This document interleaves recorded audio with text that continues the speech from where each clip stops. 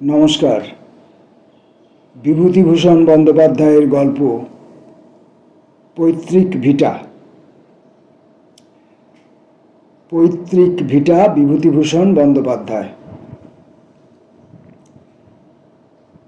মধুমতি নদীর ওপরেই সেকালের প্রকাণ্ড কোঠা বাড়িটা। রাধামোহন নদীর দিকের বারান্দাতে বসে একটা বই হাতে নিয়ে পড়ার চেষ্টা করল বটে, কিন্তু বইয়ে মন বসাতে পারল না। কেমন সুন্দর ছোট্ট গ্রাম্য নদীটি, ওপারে বাঁশবন আমবন বহুকালের। ফলের বাগান যেন প্রাচীন অরণ্যে পরিণত হয়েছে। একা এত বড় বাড়িতে থাকতে বেশ লাগে। খুব নির্জন, পড়াশোনা করার পক্ষে কিংবা লেখাটেখার পক্ষে বেশ জায়গাটি। তাদের পৈতৃক বসত বাড়ি বটে, তবে কতকাল ধরে তারা কেউ এখানে আসেনি, কেউ বাস করেনি। রাধামোহনের বাবা শ্যামাকান্ত চক্রবর্তী তাঁর বাল্য বয়সে এ গ্রাম ছেড়ে চলে যান। মেদিনীপুরে তাঁর মামার বাড়ি। সেখানে থেকে লেখাপড়া শিখে মেদিনীপুরে ওকালতি করে বিস্তর অর্থ উপার্জন করেন এবং সেখানে বড় বাড়িঘর তৈরি করেন। স্বগ্রামে যে একেবারেই আসেননি তা নয়, তবে সে দু একবারের জন্যে এসে বেশি দিন থাকেননি। অত বড় পসারওয়ালা উকিল থাকলে তার চলত না। গ্রামের বাড়িতে জ্ঞাতি ভাইরা এতদিন ছিল, তারা সম্প্রতি এখান থেকে উঠে গিয়ে অন্যত্র বাস করছে, কারণ গ্রামে বসে থাকলে আর সংসার চলবার কোনো উপায় হয় না।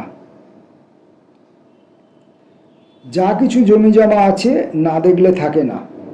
বাড়িটারও একটা ব্যবস্থা করতে হয়, নইলে বাড়িঘর সব নষ্ট হয়ে যাবে। রাধামোহন নিজে গত বৎসর ওকালতি পাশ করে পরলোকগত পিতৃদেবের পসারে বসেছে।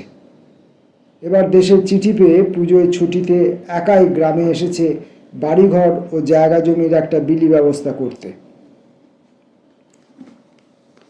পাশের বাড়ির বৃদ্ধ ভৈরব বাড়ুজ্যে দুদিন খুব দেখাশোনা করছেন। তিনি জোর করে তার বাড়িতে রাধামোহনকে নিয়ে গিয়ে কদিন খাইয়েছেন, নইলে রাধামোহন নিজেই রেঁধে খাবে পৈতৃক ভিটেতে, এই ঠিক করেই এসেছিল। ভৈরব বাড়ুজ্যের বড় ছেলে কেষ্ট এসে বললে, দাদা চা খাবেন, আসুন। তুই নিয়ে আয় এখানে কেষ্ট, বেশ লাগছে সন্ধেবেলাটা নদীর ধারে। আনবো? সেই ভালো, যা। গ্রামের সবাই অবশ্যই আত্মীয়তা করেছে, ভালোবেসেছে। বৃদ্ধ লোকেরা বলেছে, আহা, তুমি শ্যামাকান্তদার ছেলে, কেন হাত পুড়িয়ে রেঁধে খেতে যাবে? আমরা তো মরিনি এখনো, এসো আমাদের বাড়ি। রাধামোহন সকলের কাছেই কৃতজ্ঞ। কেষ্ট চা দিয়ে কিছুক্ষণ গল্প করে চলে গেল। তারপর রাধামোহন আবার একলা। অন্ধকার রাত্রি, মধুমতির জলে তারা ভরা আকাশের ছায়া পড়েছে। রাধামোহন বসে বসে ভাবছে, এই এত বড় বাড়িটা তার ঠাকুরদাদা তৈরি করেছিলেন কেন এখানে? সেকালের পুলিশের দারোগা ছিলেন তিনি। অনেক পয়সা রোজগার করেছেন বটে, কিন্তু বৈষয়িক বুদ্ধি ছিল না সেকালের লোকের।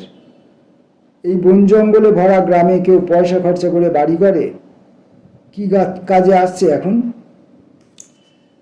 আচ্ছা, সুরকির কলওয়ালারা বাড়িটা নেয়, তাহলে পুরনো ইটের দরে বাড়িটা বিক্রি করা যায়। খুট করে কিসের শব্দ শোনা গেল। রাধামোহন দেখলে একটি 10-11 বছরের টুকটুকে ফর্সা মেয়ে ঘরের দাওয়ায় আড়াল থেকে উঁকি মারছে। ঘরের মধ্যে হেরিকেন জ্বলছে, বারান্দাতে সামান্য আলো এসে পড়েছে, সুতরাং একেবারে অন্ধকারে সে বসে নেই। ভৈরব বাড়ুজ্যে একবার ছেলে পাঠায়, একবার মেয়ে পাঠায়, লোকটা খুব যত্ন করছে বটে।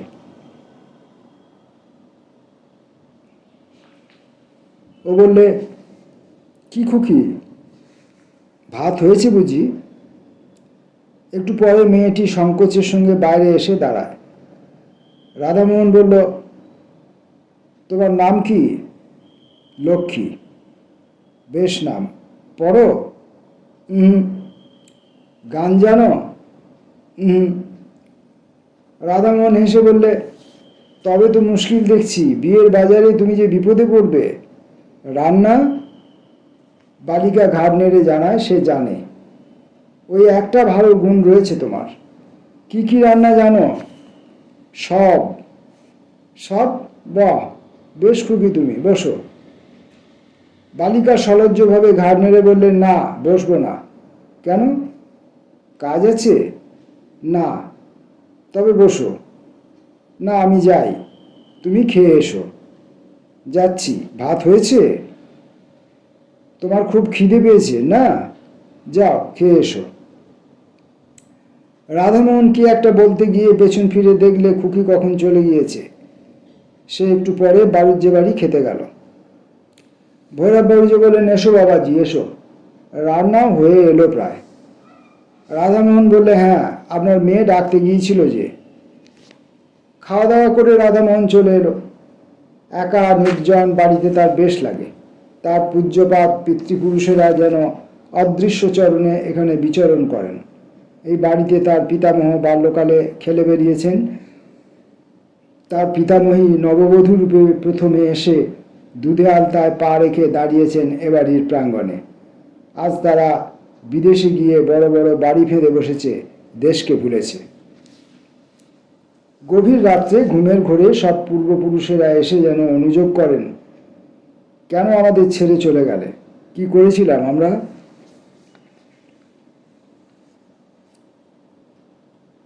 পরদিন সকালে উঠে সে নিজের জমি জমা নিয়ে ব্যস্ত রইল। সারাদিন কাটলো সেভাবে। রাত্রে বারান্দাতে বসেছে। আবার সেই খুকিটি এসে দরজার আড়ালে দাঁড়ালো। প্রথমটা রাধামোহন টের পায়নি। বড় লাজুক মেয়ে, নিঃশব্দ চরণে কখন এসে যে দাঁড়ায়। রাধামোহন বলল, ও খুকি। ও খুকি। ভাত হয়েছে নাকি? আজ দেরি হবে, মাংস রান্না হচ্ছে তোমার জন্যে। সত্যি? তবে তো আজ ফিস্টের ব্যবস্থা।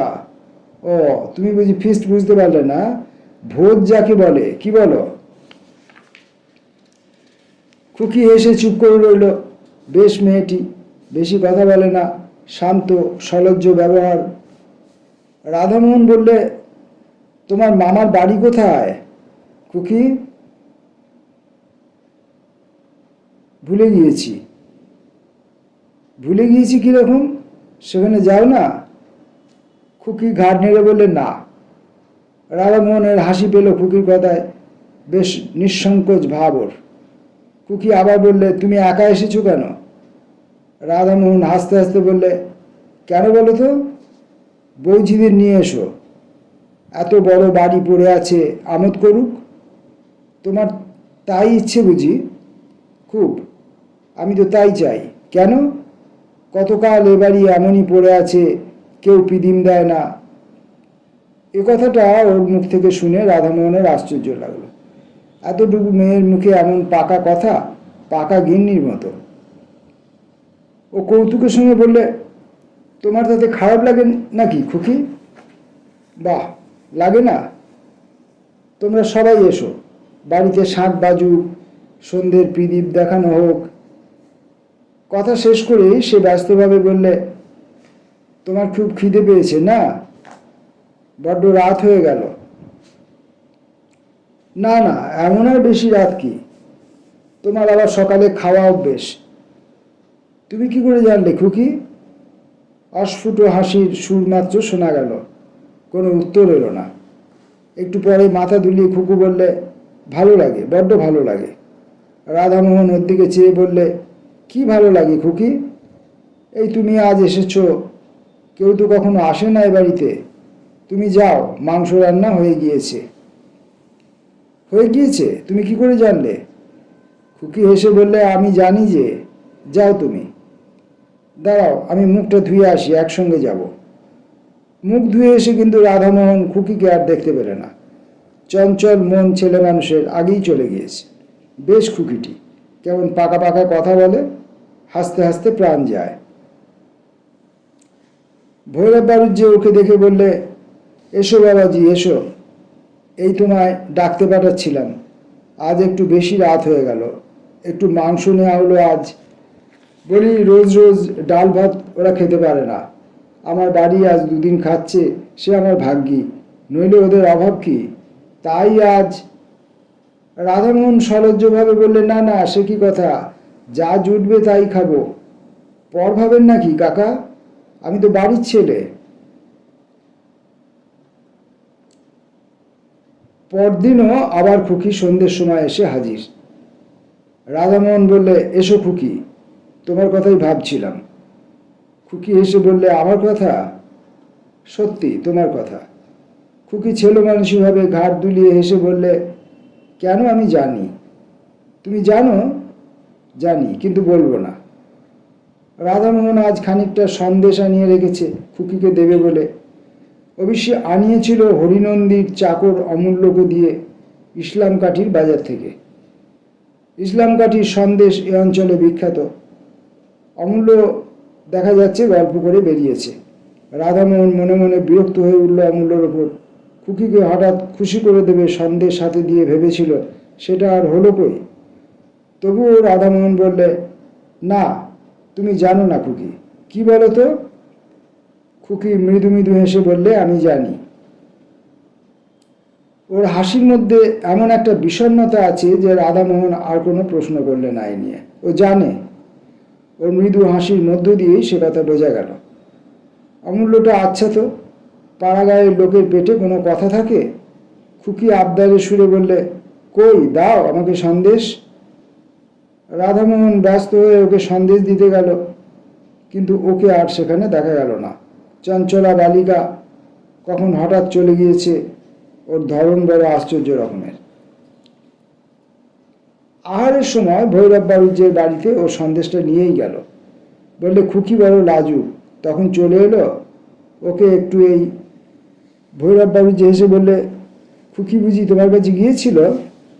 রোজই যায়, গল্প সল্প করে। তাই নাকি? হ্যাঁ, ও একটু লাজুক বটে, খুব ছেলে মানুষ তো।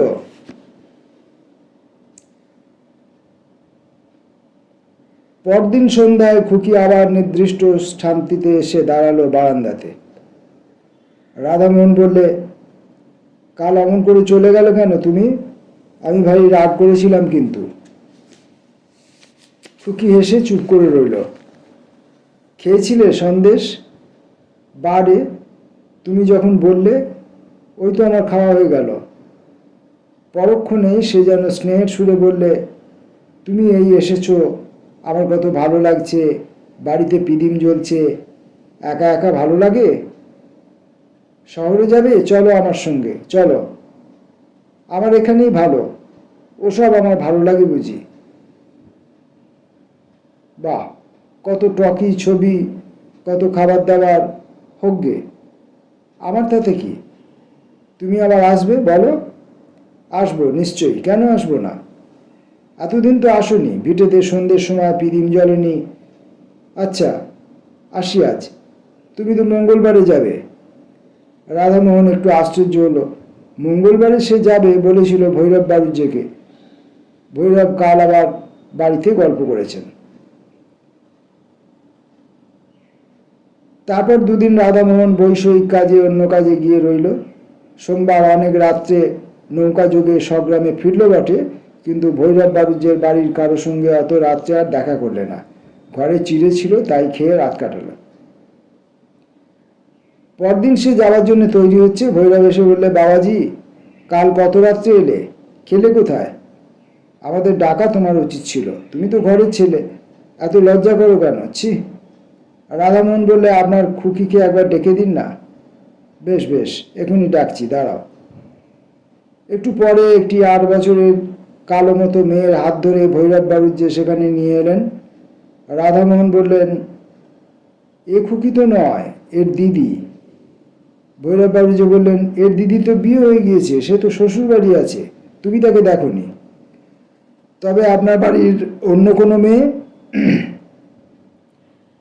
আমার বাড়িতে বাবাজি আর কোনো মেয়ে নেই।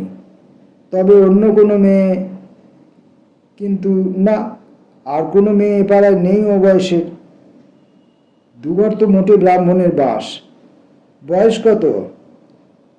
রাধামোহনের হঠাৎ মনে পড়ে গেল। বললে, ওর নাম বলেছিল লক্ষ্মী। লক্ষ্মী? সে আবার কে? কই, ও নামের মেয়ে এ গ্রামেই নেই। তোমার শুনতে টুনতে ভুল হয়ে থাকবে বাবাজি। শুনতে ভুল হতে পারে নামটা, কিন্তু সে খুকিটি কে সে তো আর ভুল হবে না। কই বাবাজি, বুঝতে তো পারলাম না। ও বয়সের ও নামের মেয়ে আমাদের পাড়ায় কেউ নেই ঠিকই। রাধামোহন চিন্তিত মনে বিদায় নিলে। আশ্চর্য ব্যাপার, খুকি বার দেখা করতে এলো না কেন? স্বগ্রাম থেকে ফেরবার 2 বছর পরে রাধামোহন তার পিসির বাড়ি গিয়েছে জব্বলপুরে। সেখানে পুরনো এক ফটো অ্যালবাম খুলে দেখতে দেখতে একটি মেয়ের ফটো তার চোখে পড়ল। এই মেয়েটিকে সে যেন কোথায় দেখেছে, ঠিক মনে পড়ল না। পিসিমাকে ডেকে ফটোটাকে দেখাতে তিনি বললেন, একে তুই দেখবি কোথায়? ও আমার ছোট বোন, তোর ছোট পিসি। 12 বছর বয়সে মারা যায়। তখন তুই কোথায়? তোর মার বিয়েই হয়নি। আমরা তখন সব আমাদের গায়ের বাড়িতেই থাকি। তারপর পিসিমা কতটা যেন আপন মনেই বললেন, আহা, একটু একটু মনে হয় ওকে, বেশ দেখতে ছিল। সে আর 40 বছরের কথা। তারপর তোর বাবাও দেশ ছেড়ে মেদিনীপুর চলে এলো। দেশের বাড়িতে যাওয়াই হয়নি। বিয়ের পর আমি একবার মোটে গিয়েছিলাম, সেও আজ 20 বছর আগের কথা। রাধামোহন অবাক হয়ে চেয়ে রইল অ্যালবামখানা হাতে করে। হঠাৎ মনে পড়াতে বললে, কি নাম ছিল ছোট পিসিমার? পিসিমা উত্তর দিলে, লক্ষ্মী।